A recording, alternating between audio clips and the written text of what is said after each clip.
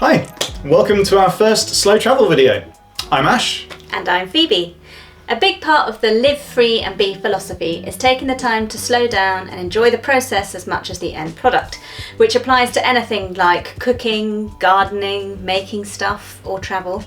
But in the modern Western world, that is often easier said than done. The conveniences of flying can't be ignored. Getting you where you want to go quicker and cheaper than any other mode of transport has meant it's become pretty second nature for us in the West to just hop on a flight without even considering if there are any other ways to get to where we want to go, whilst also overlooking destinations closer to home that might be just as exciting and enjoyable. Over the last 5 years, we've been making a conscious effort to travel only to destinations which we can reach without flying. This has meant we've stayed relatively local to the UK, but in the last year or so, we've started to push our horizons wider to see where we can feasibly get to without stepping on a plane. We want to document some of our bigger journeys, bringing you on the adventure with us, sharing the highs and lows, what works, what doesn't, detailing how much it costs and taking an honest and transparent look at how the environmental impacts compare to other forms of transport. We're learning as we go though, so if something ends up not stacking up as we thought it might, we'll be upfront about it. In this video though, we're starting relatively close to home and we're off to Scotland by train, with our ultimate destination being the tiny island of Holy Isle off the west coast of Scotland in the Firth of Clyde, nestled in close to the Isle of Arran.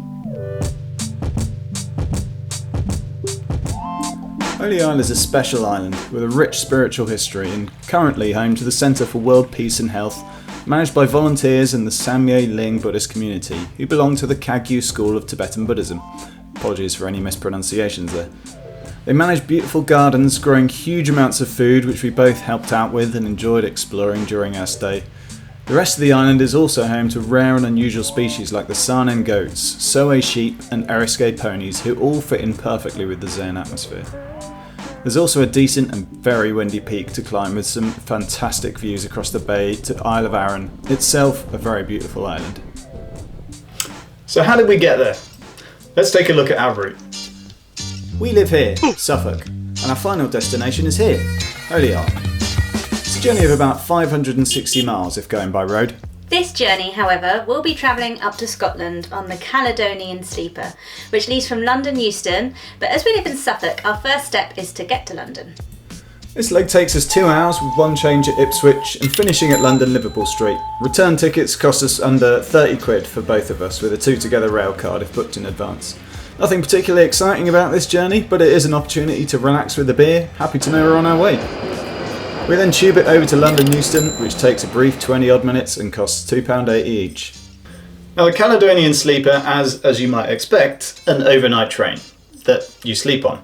The clue's in the title. The main benefit of this being that you wake up refreshed in your destination with a full day to play with. If, that is, you do indeed manage to get a good night's sleep. As you might also expect, there are different comfort levels you can fork out for to get this bad night's sleep, with the most premium being the double ensuite room, which currently costs around £445. We cheaped out and went seat for a few reasons. Firstly, this is live free and be and not live fancy and bougie.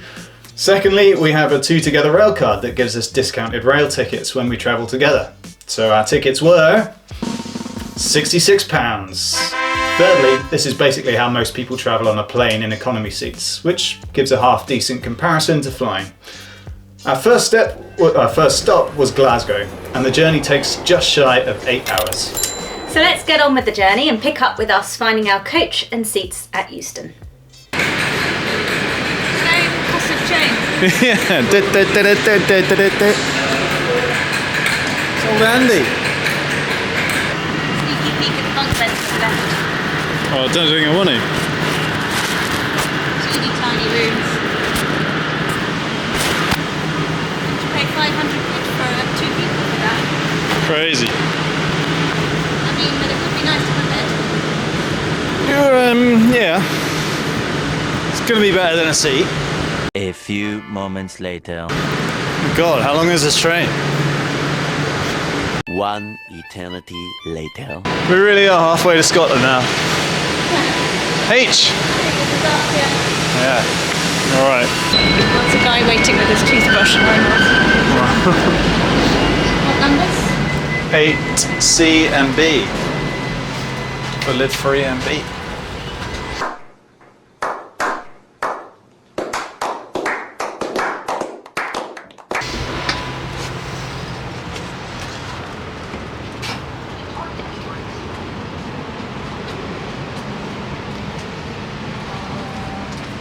That's pretty. Yay! All that worry at WH Smith's about. Trying to find an eye mask and there's one here. I thought they might, you know. These are quite nice. Isn't it? I mean, this is better than a plane. Much better than a plane. Yeah. More space. Look at this. Two and one. Well, I suppose you get those on a plane. Little flappy things. Yeah, you get Got a those little. What's that? That's a light. Whoa! Light. I'm on. Very nice. Haven't seen how quality it is yet. Menu. Loads of leg room. Footrest. This is proper plush. Just perusing the menu. Got a bit of a taster on the main course. Just in case you want to try it before you buy it. It's alright. Let's try this on for size. And it's also like you have lesser, like you have Very stylish ear things, by the way. Grey. So with the colour scheme.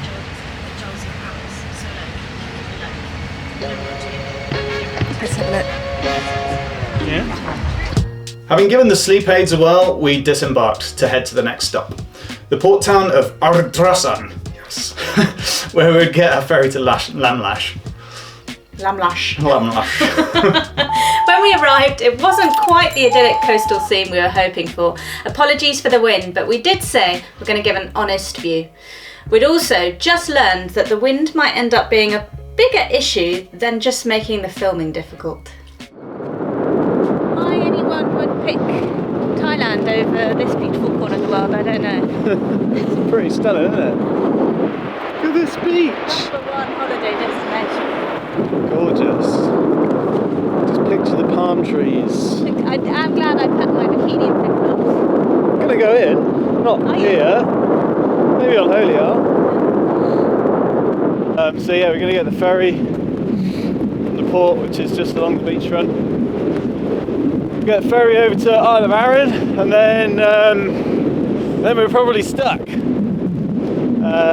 because it's pretty windy, as you might be able to tell.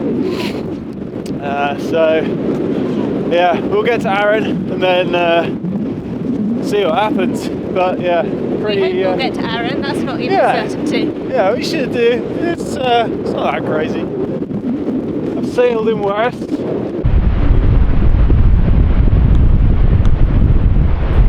This ferry took about an hour and cost us £4.60 each. Get blown around a bit. See where we're going. Pretty beautiful. Then a quick bus ride from Brodick to Lamlash, where we were due to get our boat to Holiar. Unfortunately, here we hit a dead end as we discovered our ferry to Holiar would not be running. Thankfully, this isn't a rare occurrence, and so all the guest houses and the hotels have open communication with each other to help stranded travellers like us find a room for the night.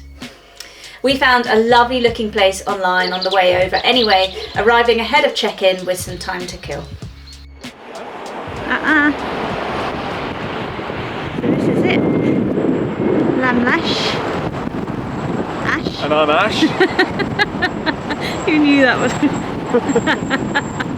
Oh dear, we need to get out on the lash. Better sense of humour.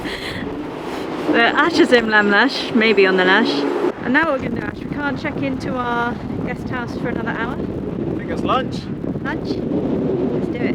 We zoomed in. Oh, not yet. Let me do that. After enjoying a lovely view of where we would hopefully be arriving tomorrow, we grabbed some lunch and checked in to discover our room had front row seats to a red squirrel having its lunch. Beautiful. We spent some time recouping and getting lost in a world of cuteness for a little while. Then we went on a wander around to discover our area, which, for me, despite only just having lunch, meant looking for food. With the ferry cancelled, there is one other option. Take your pick. Get some lobsters.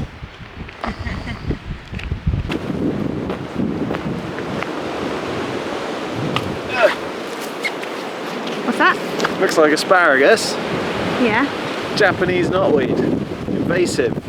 All over the place. But you can eat it. Oh, I thought it was a bad thing. Well, So, but it's bad because it's invasive, but takes over. great because you can eat it. yeah, I've What's never it? tried it. I was just about to say, what's it taste like? Don't know. Let's see an up close. It's just like asparagus. Just like asparagus. Yeah, but just the young shoots like that you eat. Let's see Something like where. that. So it's all coming up around here. It's really bendy and when it's young. I can do that and not feel bad about it because it shouldn't be here. Okay. But Which countries it come from? Thailand. Got ramsons, which are wild garlic. Just been told by a passerby that they've been sprayed in pesticides, so I'm not going to eat these. But I think it's a good example to know what you're looking for and know your plants quite well, because these are the wild garlic, which are edible and very delicious. So the actual leaf you're holding. The leaf I'm holding, the wide one, but then it's mixed in with bluebells, which are poisonous, which we shouldn't eat. Which are obviously the blue flowers. Yeah, but it's they obviously show relatively similar-ish leaves, but the bluebells are thinner. But you might, when you're gathering, just go, take a handful like that. Yeah. And get some of the bluebells in your hand. So really important if you've seen stuff that you shouldn't be eating in amongst stuff to be careful with each leaf you pick. Yeah. But yeah, it smells amazing. It does smell amazing. And the little white flowers are so pretty. Yeah. Look at this. I really want to eat some now, but I'm not going to because apparently been sprayed. I'm glad that person went past because I probably would have just munched a bit now. I know this one. We've got raspberries here. Look at that. I think they're an introduced variety. Yeah, they don't look wild, do they? I think they're called purple flowering raspberry, and I think they're from North America. Nova Scotia is what I read earlier. That's pretty sound. Gorgeous.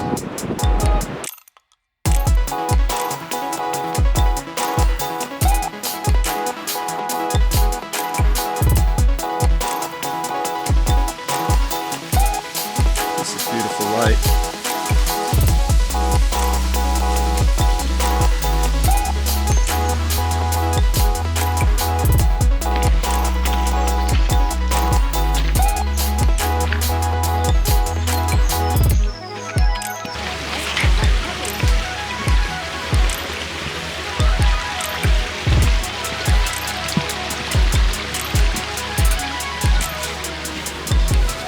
Awesome.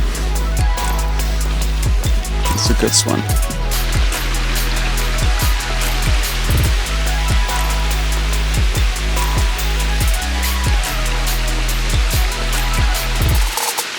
I'm incredibly satisfying about that.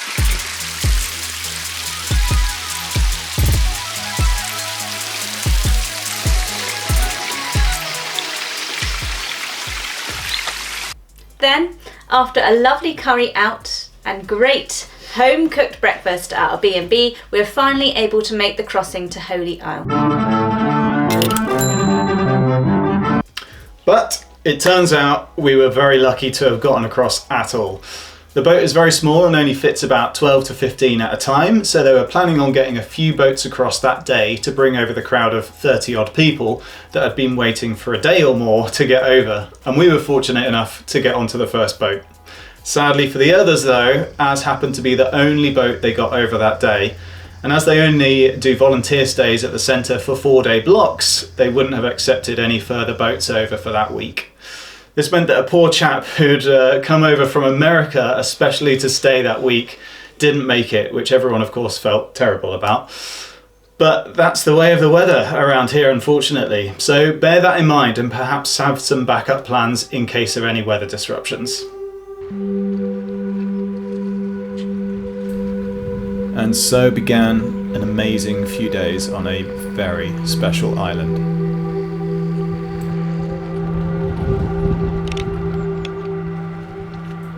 Each day involved a 4-hour volunteering session in the morning, which included tasks like cleaning, washing, seed sowing in the polytunnels, repairing paths and removing invasive rhododendron from the hillsides. All great fun and good physical work, or just a mentally refreshing escape from the busyness of everyday life. After that, your time on the island is yours to explore. Meditate with monks, nature watch, or just slow down, relax and enjoy a different pace of life away from civilization with phones off and no distractions.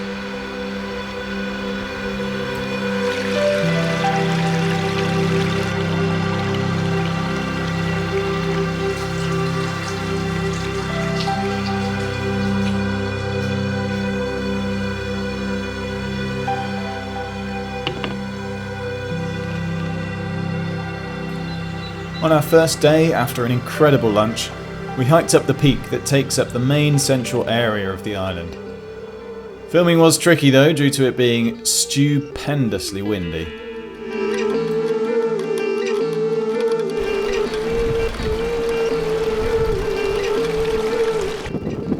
Phoebe's going for a wild swim. At my depth, I think. This is clear on that. Windy. Well, at least it looks like the top from here. We'll probably get up there and there'll be another one. Yeah. This is brutal wind. Just about hanging onto a camera. Nearly there. It's really punishing.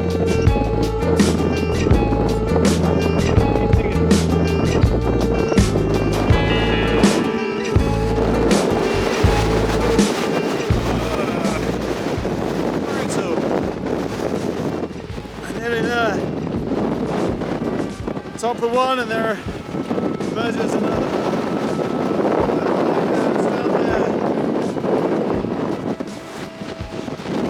Can we do it?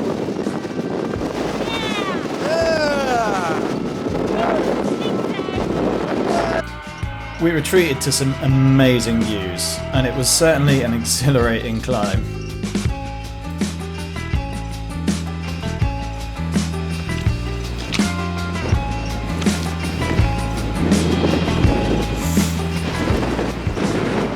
What we've just come down, a steep cliff on the edge that we were being blown towards.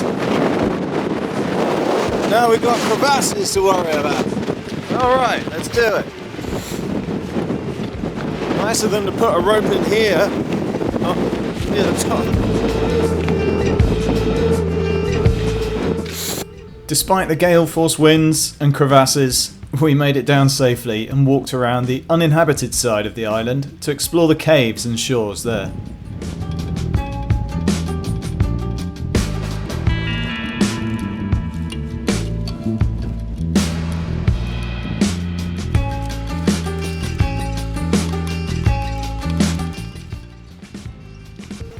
We paid around £252 for a 3-night stay for the both of us, which had included a private double room, 3 incredible meals a day, provided with the expectation of 4 hours donation of our time to help with the upkeep of the facilities and island. When we booked originally though, the cost was supposed to be £336 for 4 nights. With the loss of 1 day due to arriving late, they kindly adjusted the price to reflect the time we were actually there. After a few blissful days, through the silence and tranquility, there came a beckoning sound in the air. It was time to get back on the move, because Ben Nevis was calling. Despite our best efforts to summon a storm on the last day, unfortunately there was no weather issues to cancel our ferry back, and we began our return journey to the mainland. But it wasn't time to go home just yet. We had a mountain to climb, the UK's tallest mountain, Ben Nevis, which required us retracing our steps back to Glasgow. where we had a little time to check out the cathedral and necropolis, which was really quite a fascinating place to visit with even more incredible views.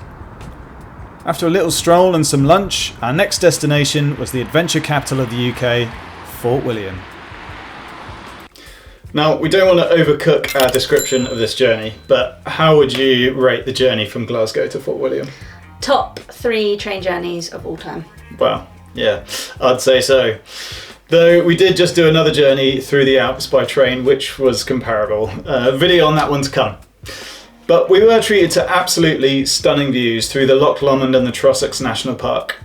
Sadly, we didn't get any footage of this because we were too busy gawping out the window, so you'll have to trust us on this. It was spectacular. And get yourselves up here to check it out for yourselves. You won't be disappointed, and at only £14 per person, it's a bargain experience. We stayed in a budget jail-themed hotel in Fort William for 2 nights, Why not? which was like staying in a small ferry cabin, essentially a cupboard with a sink. Then, on our final day, we climbed Ben Nevis. Link below to our video of our snowy hike up Ben Nevis, which we managed without crampons or poles, believe it or not. Lovely. After an awesome mountain hike and a well-earned beer or two in the pub at the bottom, we meandered our way back to town via a very pretty route, with woods and rivers, wildlife, allotments, and a lingering sense of achievement. We eventually dragged our tired bodies to Fort William Station to board the Caledonian Sleeper bound for London. This time we stopped at Edinburgh in the middle of the night to change carriages before making the onward journey home. This wasn't ideal, as we had not long managed to get to sleep before being rudely awoken. Thankfully it was a quick change to find our new seats and back to sleep we went until we emerged at Euston bright and early the next day. So, amazing trip. But how does it compare to other forms of transport? First, the cost of this trip for all travel costs, including trains to and from London, ferries and tubes, came to about £305. And we paid £505 for our accommodation, including our emergency B&B when we were stranded at Lamlash. This brings our total to £810 for the two of us for travel and accommodation. So, what if we went by car? The average cost of petrol per mile in the UK last year was 13p, and ferry fares from Ardrossan to Isle of Arran with a car would have cost an extra £41 return. With all the other transfers added on to complete the same itinerary, it would have cost around £254, so about 17% cheaper. But that is one long old drive and you can't sleep along the way. Well, the driver can't at least. Flying from London costs about £45 per person, so £90 for a couple return.